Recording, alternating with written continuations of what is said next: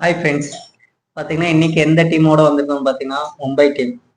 அதாவது மும்பை டீம் வந்து நம்மளுக்கு எப்பயுமே அதாவது சென்னை ஃபேனா இருந்தீங்கன்னா தெரியும், மும்பை டீம் எப்பயுமே ஒரு ஸ்ட்ராங் பிளேயர்ஸ் தான் எப்பயுமே வச்சிருப்பாங்க.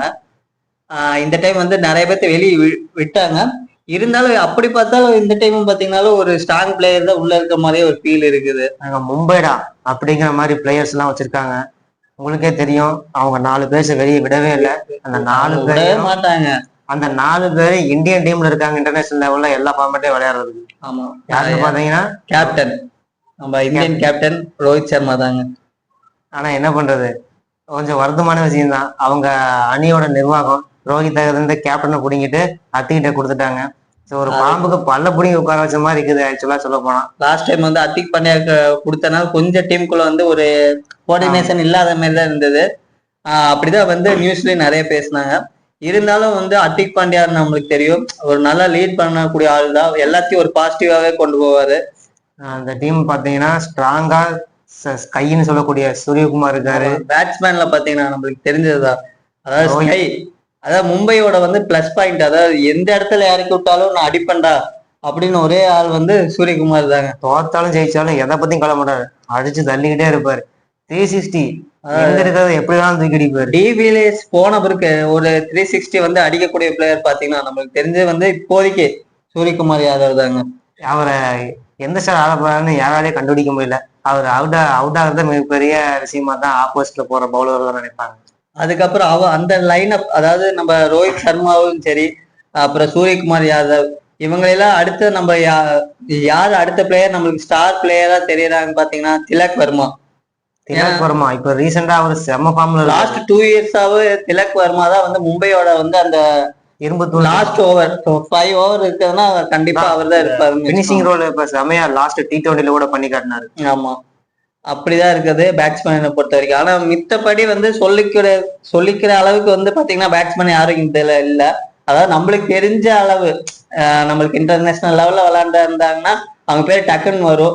அந்த மாதிரி வந்து வேற யாரும் பேட்ஸ்மேனும் கிடையாது இப்போதைக்கு. 5 பேர் தான். ஏன்னா இசான் கிஷோரையே வந்து வெளியே விட்டாங்க. இசான் கிஷானையும் வெளியே விட்டாங்க பாவம். டிம் டேவிடையும் வெளியே விட்டாங்க. ஆமா. அடுத்தது பாத்தீங்கன்னா ஆல்ரவுண்டருக்கு வரலாம். ஆல்ரவுண்டர் நம்மளுக்கு சொல்லவே தேவையில்லைங்க, கேப்டன் நம்ம ஹர்திக் பாண்டியா இருக்காரு அப்படி. அதுக்கப்புறம் பாத்தீங்கன்னா சாட்னர். முக்கியமான ஒரு விஷயம் என்னன்னு பாத்தீங்கன்னா, ஆர்சிபிக்கு போன வருஷம் நல்லா விளையாண்டு கொடுத்தவரு வில் ஜாக், அவரை மும்பை எடுத்துட்டாங்க. அதாவது அவரை வச்சுதான் ஆர்சிபிக்கு ஈசாரா கப் நமது அப்படின்னு வாங்கியிருக்கலாம். ஆக்சுவலா வில் ஜாக் இவங்க ஓப்பனா பண்ண விடுறாங்களா இல்ல பினிஷிங்காக பண்றாங்களா, என்ன பண்றாங்கன்னு தெரியல. ஆக்சுவலா ஒரு பினிஷிங் வரதா பெட்டரா இருக்கும் மும்பையை பொறுத்த வரைக்கும். பவுலிங்ல கலக்கருக்கு பவுலிங், அதாவது பவுலிங் வந்து இந்த டைம் வந்து மும்பையை வந்து எப்பயுமே பவுலிங்ல அடிச்சுக்க முடியாது. ஏன்னா ஃபர்ஸ்ட்ல இருந்தே பாத்தீங்கன்னா மலிங்கா இருந்தா அப்படி. அதுக்கப்புறம் நம்ம இவர் வந்தவரும் பும்ரா வந்த பிறகு பாத்தீங்கன்னா பவுலிங் வந்து வேற லெவல் பண்ணி விட்டாரு. ஒரு ஒத்த ஆளுங்க தூக்கி நிறுத்த அந்த மாதிரி அந்த டீம் பவுலிங். லாஸ்ட் ஓவர்ல ஒரு 6 ரன் தான் இருக்கும், அதை வந்து இது பண்ணுன்னு சொன்னாலும் கண்ட்ரோல் பண்ணிடுவாரு. அந்த மாதிரி ஒரு கேரக்டர் அவரு. அதுக்கப்புறம் பாத்தீங்கன்னா ட்ரெண்ட் போல்ட், அதான் போன வருஷம் இல்லாம இருந்தா அப்படி, ஆனா இந்த வருஷம் திரும்ப எடுத்துட்டாங்க. பவுலிங் வந்துட்டு அட்டகாசமாகவும் தான் இருக்குது. கூடவே சாட்னர் இருக்காரு, அவரும் ஸ்பின்னரா இருந்தாலும் அவரு நல்ல பவுலர் தான். ஆக்சுவலா T20க்கு அவரு பெருசா செட் ஆகிற மாதிரி எனக்கு தெரியல. ஆனா அந்த லாஸ்ட்ல ஒரு பால்ல ஒரு 6 அடிக்கணும் அப்படின்னா கம்பல்சரி அடிப்பாரு. நம்மளுக்கு சென்னை டீம்லயே தெரியும் எந்த மாதிரி ஒவ்வொரு டைம் அந்த லாஸ்ட் பால்ல ஒரு 6 வேணும்னா கண்டிப்பா அடிப்பாரு, ஜடேஜா மாதிரி. அதுக்கப்புறம் முக்கியமான இன்னொரு பிளேயர், அதாவது சென்னை டீம்லயே கூடயே வளர்த்து விட்ட பிளேயர் தான் தீபக் சாயர். அவரையும் எடுத்து வச்சிருக்காங்க.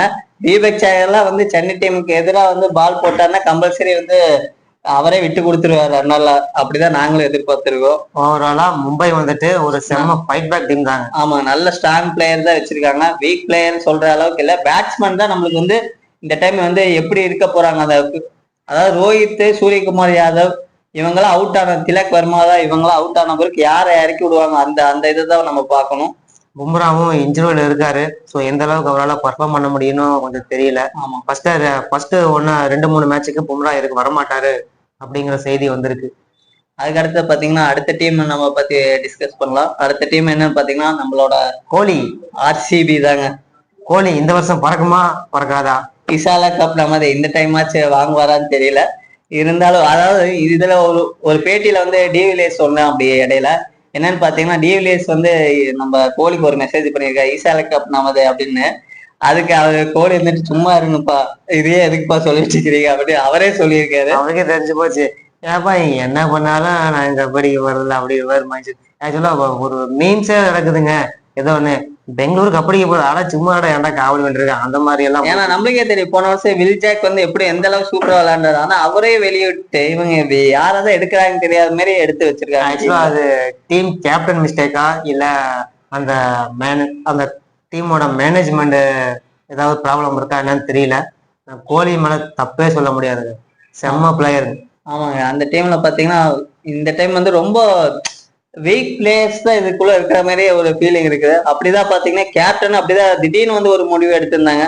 யாருன்னு பாத்தீங்கன்னா பட்டிதார். எப்படி வந்து கேப்டன் இவரை சூஸ் பண்ணாங்கன்னே தெரியல ஆக்சுவலா. அவரு இதனால அவரோட பேட்டிங் திறமை பாதிக்கப்படக்கூடலாம். ஏன்னா நம்மளுக்கு தெரிஞ்சு சரி படிக்கல் கூட கேப்டன்ஷிப் கொடுத்துருக்காரு. ஏன்னா நல்லா விளையாண்டுட்டு தான் இருக்காரு படிக்கல். பேட்ஸ்மேனை பொறுத்த வரைக்கும் அவர் தாங்க. பட்டிதாரு, விராட் கோலி சொல்லவே தேவையில்லைங்க, அவரு ஒரு ஸ்டாண்டர்ட் பிளேயரு. எப்படி இருந்தாலும் அவர் பாட்டு அவர் பிளேயர் யார் ஆடினாலும் நான் அடிக்கிறேன் அப்படின்னு சொல்லி ஆடக்கூடிய ஒரு பிளேயர் தாங்க அவரு. அங்க பினிஷிங் யாருன்னு பார்த்தா என்ன கொஞ்சம் தெரியல. அப்புறம் ஃபாரின் பிளேயர் பாத்தீங்கன்னா சால்ட் இருக்கா அப்படிங்க, அவர் நல்லா விளையாடுவாரு. அதுக்கப்புறம் பாத்தீங்கன்னா ஆல்ரவுண்டர் லிவிங்ஸ்டன். அதாவது லிவிங்ஸ்டன் உன்னமா ஐபிஎல் வச்சு விளையாண்டுக்கிறீங்க அப்படிங்க சொல்லக்கூடிய அளவுக்கு இருக்கிறவரு அவர் ஆல்ரவுண்டர்னு சொல்லி இவங்க எடுத்து வச்சிருக்காங்க. ஆக்சுவலா பெங்களூரை பொறுத்த வரைக்கும் பினிஷிங் ரோல்ல வந்துட்டு பிளேயர்ஸ் கொஞ்சம் யாரும் இல்ல. அதாவது நம்ம டிம் டேவிட் அவர் ஒருத்தர் இருக்காங்க, அவரை எப்பாச்சும் ஒரு மேட்ச்ல அடிக்கக்கூடிய ஆளு அவரை தாங்க நம்ம சொல்லிக்கக்கூடிய பினிஷிங்ல வந்துட்டு அங்க பெங்களூர்ல ஆள் இல்லைன்னு சொல்ல போனா. ஆல்ரவுண்டர்ங்கிற இதை வந்து அந்த டீம்ல இப்போதைக்கு ஸ்டெடியே இல்லைன்னு நினைக்கிறேன். அதுக்கு அடுத்தது பாத்தீங்கன்னா பவுலர் லிஸ்ட் வந்தோம்னா ஹேசல்வுட் இருக்கு அப்படி. தயால் தயால் நல்லா போடுவாரு. அடுத்தது பாத்தீங்கன்னா புவனேஷ்குமார் எப்பயுமே அதே கோலி மாதிரி தாங்க, அவரு ஒரு ஸ்டாண்டர்ட் பிளேயர் தாங்க, நல்லா பண்ணுவோம் அப்படி. மித்தபடி அந்த பவுலிங் டீமும் வந்து பெருசா இல்லைங்க. நீங்க எவ்வளவு வேணா ஒரு ரன்னை அடிச்சுட்டாலும் அந்த ரன்னை வந்து ஈஸியா பவுலர் வச்சு கொடுத்துருவாங்க இவங்க ஆர்சிபி. அது இந்த டைம் வந்து எச்சாவே கொடுத்துருவாங்கன்னு நினைக்கிற ஸ்கோர் ரன் எல்லாம் நிறையா. அந்த மாதிரி தான் ஒரு டீம் எடுத்து வச்சிருக்காங்க பவுலிங் யூனிட்டை. ஓகே ஃப்ரெண்ட்ஸ், இதுதான் நம்ம ரெண்டு டீமோட பலம் அண்ட் பலவீனம் பார்த்தோம். ஓகே ஃப்ரெண்ட்ஸ், நாளைக்கு பார்க்கலாம். பாய்.